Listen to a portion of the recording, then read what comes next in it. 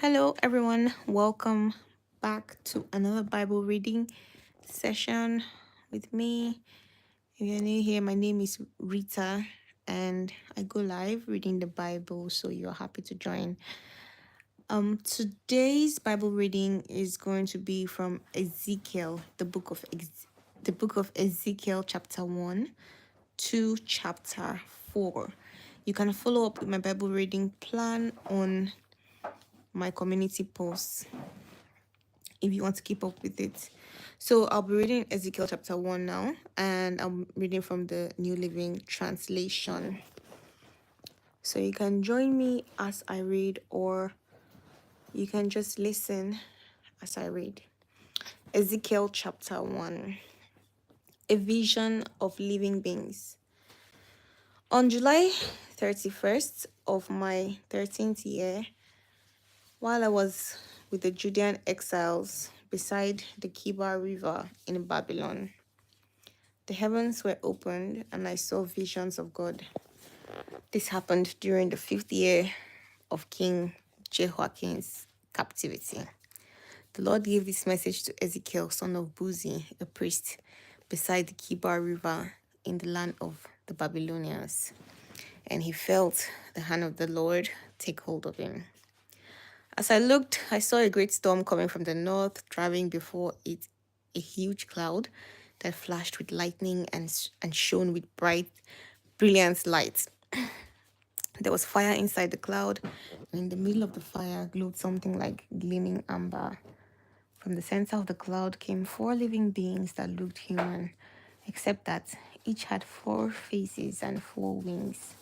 Their legs were straight, and their feet had hooves like those of a cow and shone like burnished bronze. Under each of their four wings, I could see human hands. So each of the four beings had four faces and four wings. The wings of each living being touched the wings of the beings beside it.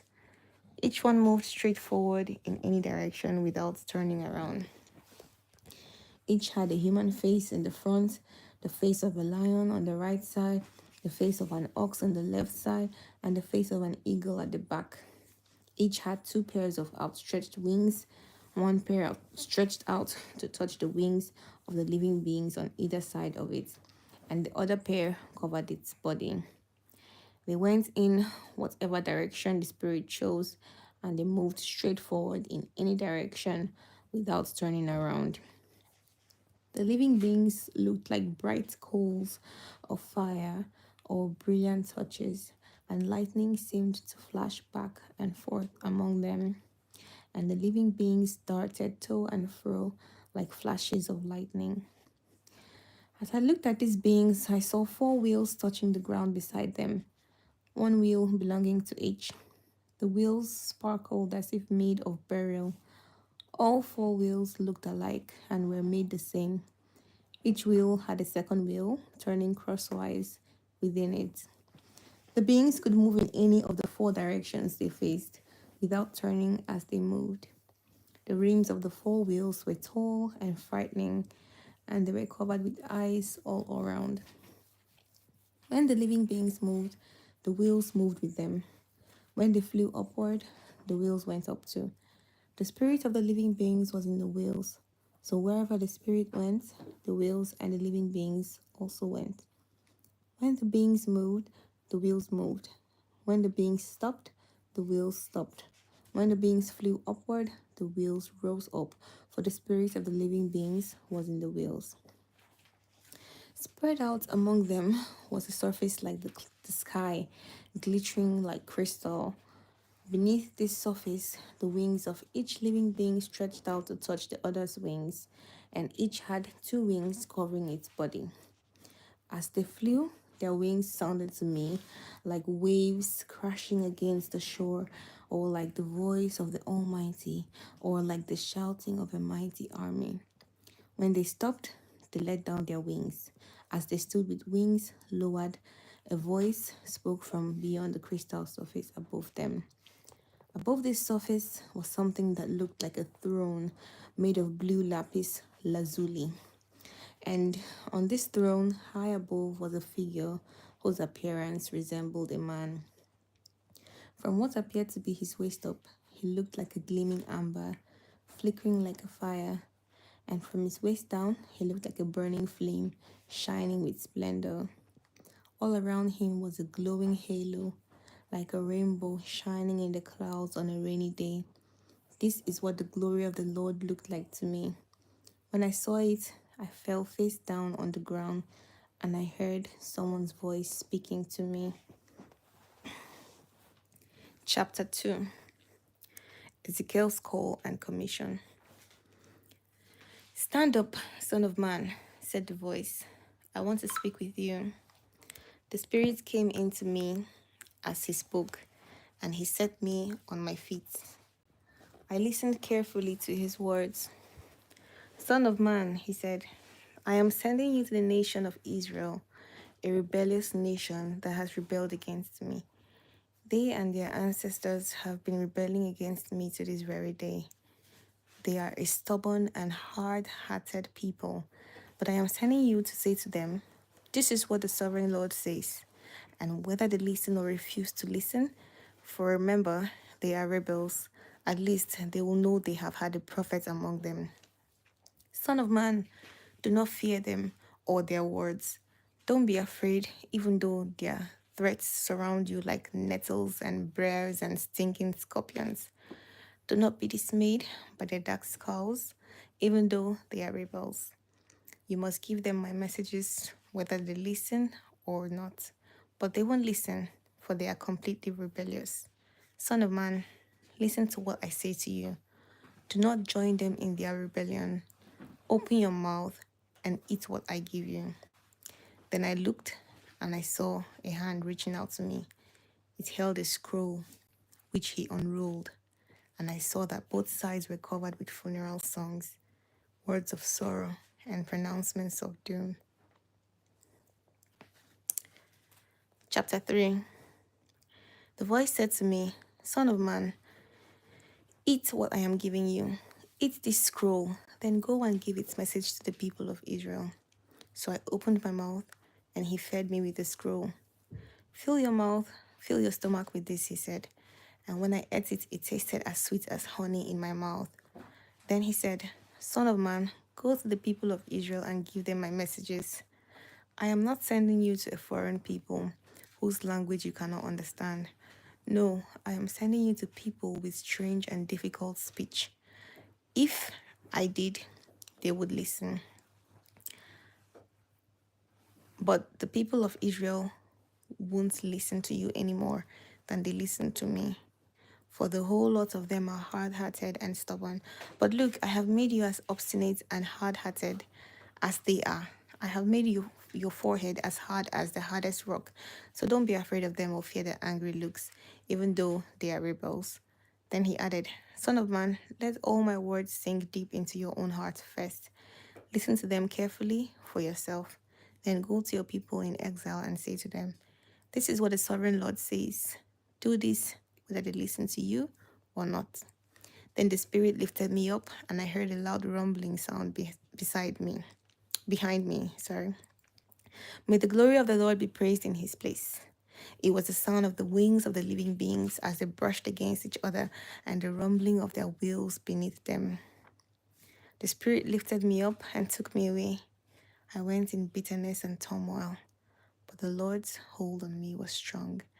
Then I came to the colony of Judean exiles in Tel Aviv, beside the Kibar River.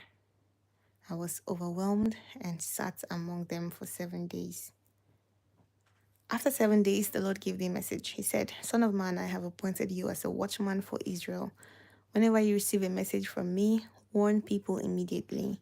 If I warn the wicked, saying you are under the penalty of death, but you fail to deliver the warning, they will die in their sins, and I will hold you responsible for their deaths. If you warn them and they refuse to repent and keep on sinning, they will die in their sins, but you would have saved yourself because you obeyed me. If righteous people turn away from their righteous behavior and ignore the obstacles I put in their way, they will die. And if you do not warn them, they will die in their sins. None of their righteous acts will be remembered, and I will hold you responsible for their deaths. But if you warn righteous people not to sin, and they listen to you and do not sin, they will live, and you will have saved yourself too. Then the Lord took hold of me and said, Get up and go out into the valley, and I will speak to you there. So I got up and went, and there I saw the glory of the Lord, just as I had seen in my first vision by the Kibar River, and I fell face down on the ground. Then the Spirit came into me and set me on my feet. He spoke to me and said, Go to your house and shut yourself in. There, Son of man, you'll be tied with ropes so you cannot go out among the people.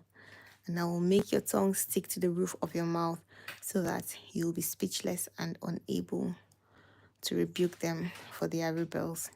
But when I give you a message, I will loosen your tongue and let you speak. Then you will say to them, This is what the sovereign Lord says.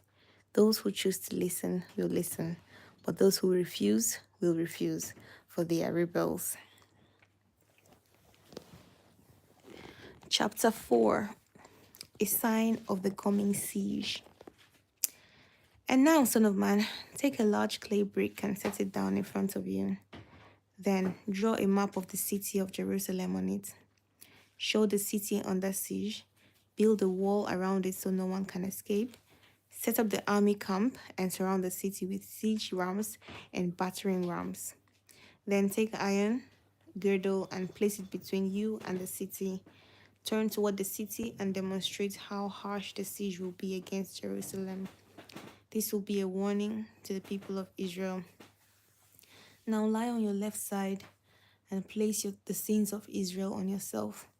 You are to bear their sins for the number of days you lie there on your side.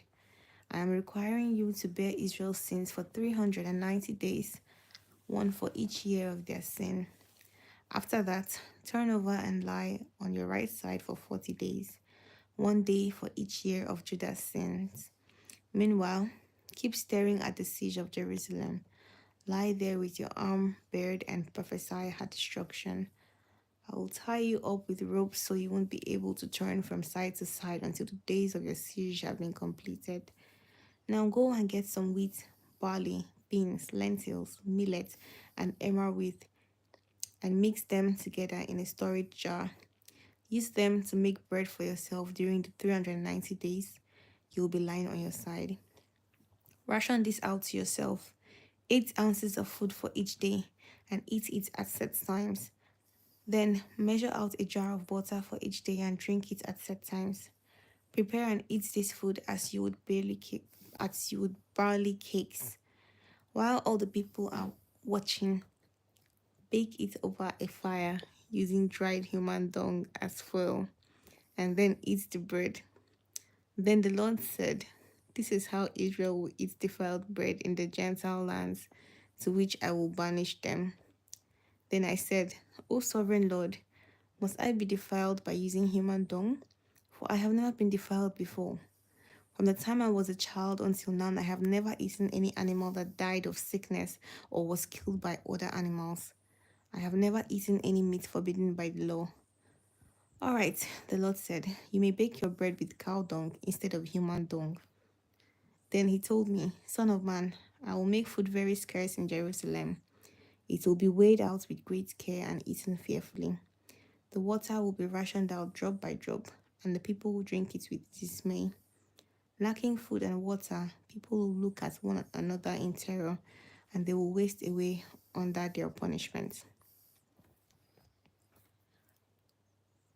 That brings us to the end of today's Bible reading.